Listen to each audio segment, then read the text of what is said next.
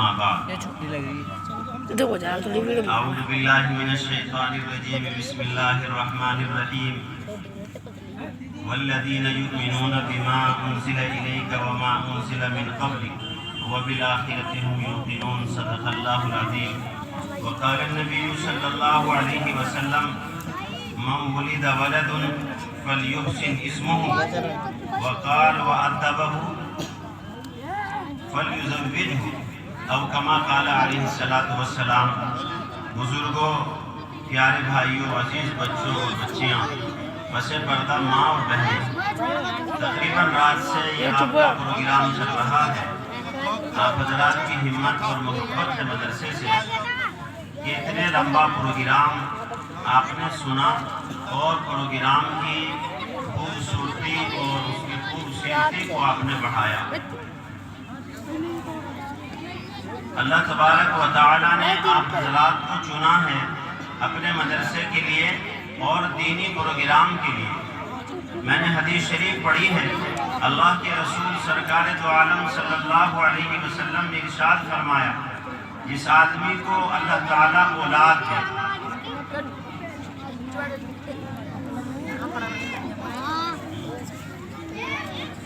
جس آدمی کو اللہ تعالیٰ اولاد دے تو اس کے تین حق ہیں۔ ماں باپ کے اوپر اولاد کے تین حق ہیں۔ اگر کسی ماں باپ نے ان تینوں حقوق کو ادا کر دیا تو اس نے اپنے ماں باپ ہونے کا حق ادا کر دیا، اور اگر کسی آدمی نے وہ تینوں حق ادا نہ کیے تو اس نے اپنے ماں باپ ہونے کا حق ادا نہیں کیا۔ بچے انسانوں کے بھی ہوتے ہیں، بچے جانوروں کے بھی ہوتے ہیں۔ جو ماں باپ اپنی اولاد کا حق ادا کر جائے تو ماں باپ ہے۔ کون کون سے حق ہے وہ؟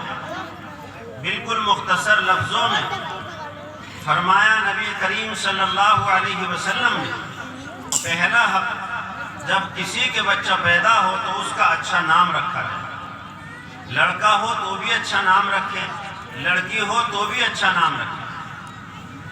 فرمایا قاضی ثناء اللہ بانی پتی نے اپنی کتاب میں اور حدیث قدسی نقل فرمائی، اللہ تبارک و تعالی ارشاد فرماتا ہے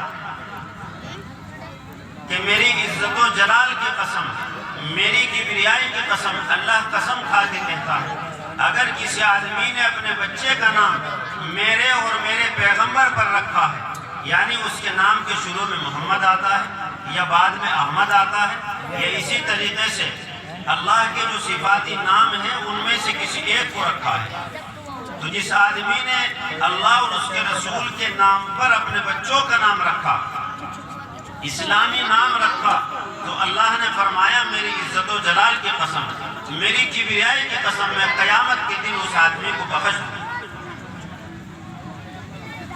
دوسرا حق، آج ایسے نام رکھے جاتے ہیں جن کے کوئی معنی نہیں، جن کا کوئی مطلب نہیں۔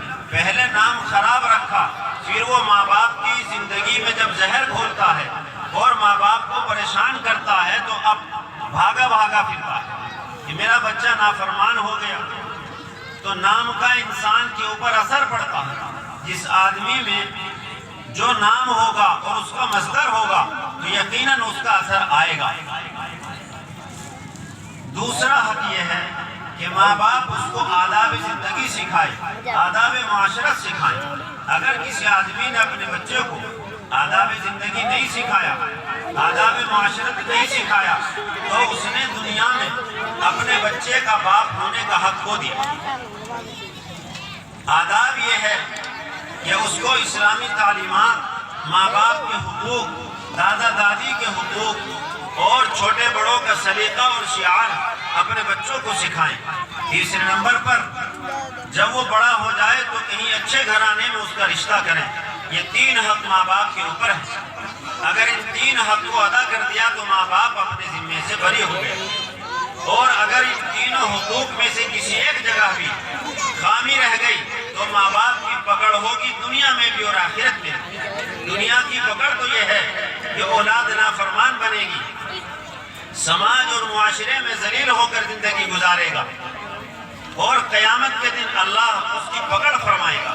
سیدنا حضرت عمر فاروق رضی اللہ تعالیٰ عنہ کا زمانہ، دربار لگا ہوا ہے، ایک بزرگ دیہاتی تشریف لائے اور آ کر کہا امیر المؤمنین میرا بیٹا مجھے بہت مارتا ہے، گالی گلوچ کرتا ہے، مجھے ستاتا ہے۔ حضرت عمر فاروق رضی اللہ تعالی عنہ نے اس نوجوان کو بلایا اور بلانے کے بعد پوچھا کیا تم اپنے باپ کو ستاتے ہو، اپنی ماں کو مارتے ہو، اپنے والد کو گالی گلوچ کرتے ہو؟ اس نے کہا امیر المؤمنین جو الزامات میرے اوپر لگے ہیں یقیناً وہ سچ ہیں، میں ایسا کرتا ہوں۔ تو حضرت عمر فاروق رضی اللہ تعالی عنہ نے فرمایا تم اس کی سزا جانتے ہو کیا ہے؟ کہا امیر المؤمنین آپ جو چاہے سزا دیں، آپ جو چاہے سزا دیں، لیکن میرا ایک سوال ہے اور میری ایک درخواست ہے۔ یہ میرے بزرگ باپ کھڑا ہے، یہ میرا ابا کھڑا ہے، میرا والد ہے، ذرا اس سے ایک بار یہ معلوم کرو کہ جو ایک اولاد کا حق ہوتا ہے کیا اس نے وہ ادا کیا ہے یا نہیں؟ حضرت عمر فاروق رضی اللہ تعالیٰ عنہ نے اس سے پوچھا کیوں بزرگ جواب دو، آپ کے اوپر آپ کے بیٹے کے 3 حق تھے، کیا آپ نے وہ تینوں ادا کیے ہیں؟ تو وہ باپ شرمندگی کے ساتھ آنسو بھر بھر کے رونے لگا اور کہا امیر المؤمنین مجھے تو معلوم ہی نہیں تھا کہ میرے بیٹے کے 3 حق میرے اوپر ہیں، یقیناً میں نے وہ حق ادا نہیں کیے۔ جب وہ حق ادا نہیں کیے تو حضرت عمر فاروق رضی اللہ عنہ نے اس بزرگ کو ڈانٹا اور کہا کہ خبردار پہلے اپنے حق ادا کرو اس کے بعد شکایت لے کر کے آؤ، پہلے اپنے حق ادا کر کے آؤ اس کے بعد شکایت لے کر کے آؤ۔ تو ماں باپ کی پہلی ذمہ داری ہے اپنے بچوں کے 3 حق ادا کریں، لیکن ہم 3 حقوق میں آج بالکل اجنبی اور بیگانہ ہیں۔ ماں باپ اپنے بچوں کو آج جو سنسکار دے رہا ہے، جو ان کو آداب زندگی دے رہا ہے، وہ قطعاً شریعت کے خلاف ہے۔ جب نام رکھنے کا مسئلہ آتا ہے بڑی بڑی ویڈیوز دیکھی جاتی ہیں اور ان میں سے ناموں کو چھانٹا جاتا ہے، جائے کہ ان کے معنی کتنا بھی خراب ہے۔ اسی طریقے سے آداب زندگی کا مطلب یہ ہے آج ماں باپ کے لیے اتنا وقت نہیں ہے اس کے پاس کہ اپنی اولاد کا ہاتھ پکڑ لے اور تھوڑا وقت اپنی اولاد پر خرچ کرے۔ 24 گھنٹے میں سے 1 گھنٹہ 2 گھنٹہ اپنی اولاد کی تربیت پر خرچ کیا جا رہا ہو۔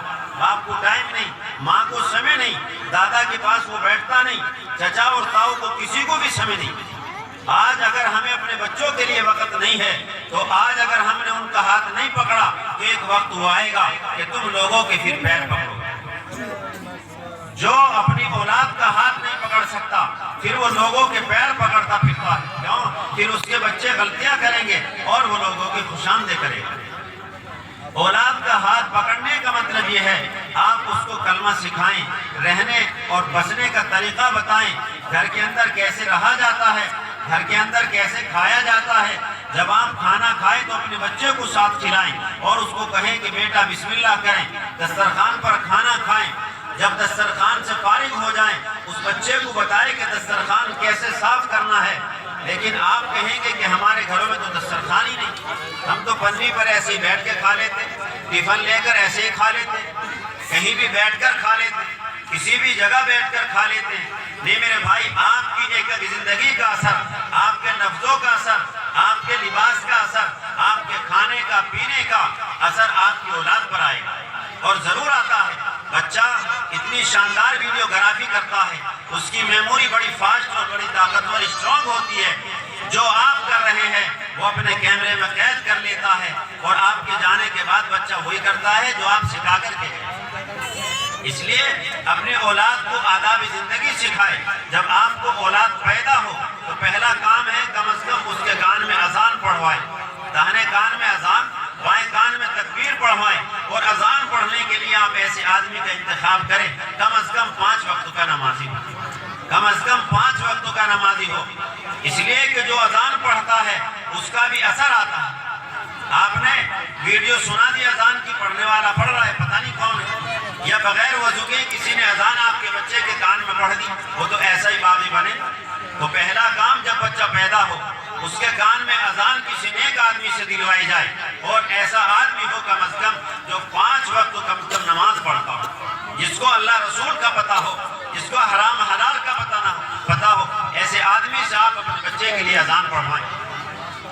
آپ اپنا مکان بناتے ہیں، مکان کے لیے اچھا مستری تلاش کرتے ہو، اچھا انجینئر تلاش کرتے ہو، اللہ نے آپ کو جان سا بیٹا اور بیٹی دی ہے، اس کو بنانے اور سنوارنے کے لیے آپ کسی نمازی کا انتخاب کریں، کسی اللہ والے کا انتخاب کریں کہ میں اس سے اپنے بچے کے کان میں اذان دلواؤں۔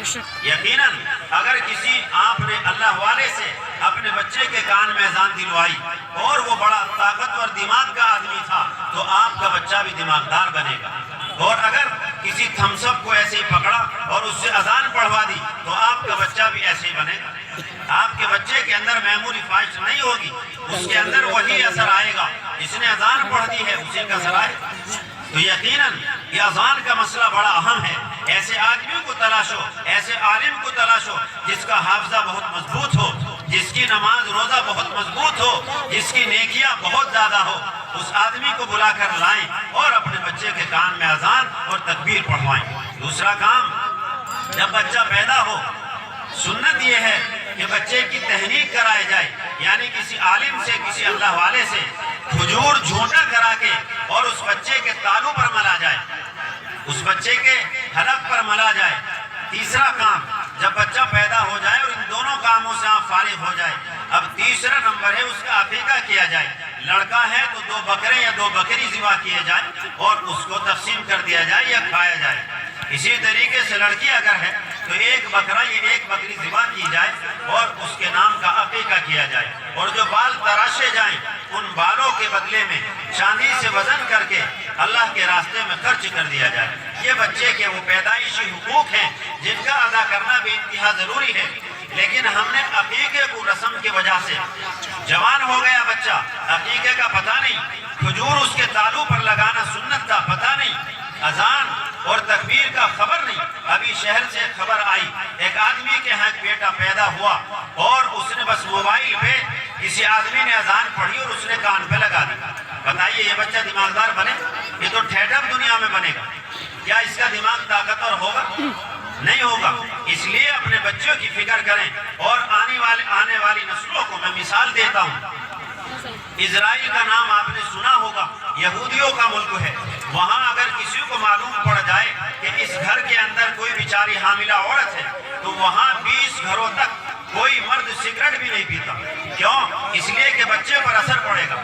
اور ہمارے گھروں میں ہماری مائیں اور بہنیں زندگی گزار رہی ہے اور ہم وہی گانا سن رہے ہیں، وہیں ہم لوگ دوسرے کام کر رہے ہیں۔ اگر آپ کو آنے والی نسلوں کو کامیاب بنانا ہے، اچھے راستے پر لانا ہے، ان کو ہر اعتبار سے کامیاب بنانا ہے، تو آپ کو چھوٹے سے معصوم بچے سے لے کر اور حتیٰ کہ مادر رحم سے لے کر ان کا صحیح بندوبست کرنا پڑے گا، جب جا کر آپ کی نسلیں آگے بڑھے گی۔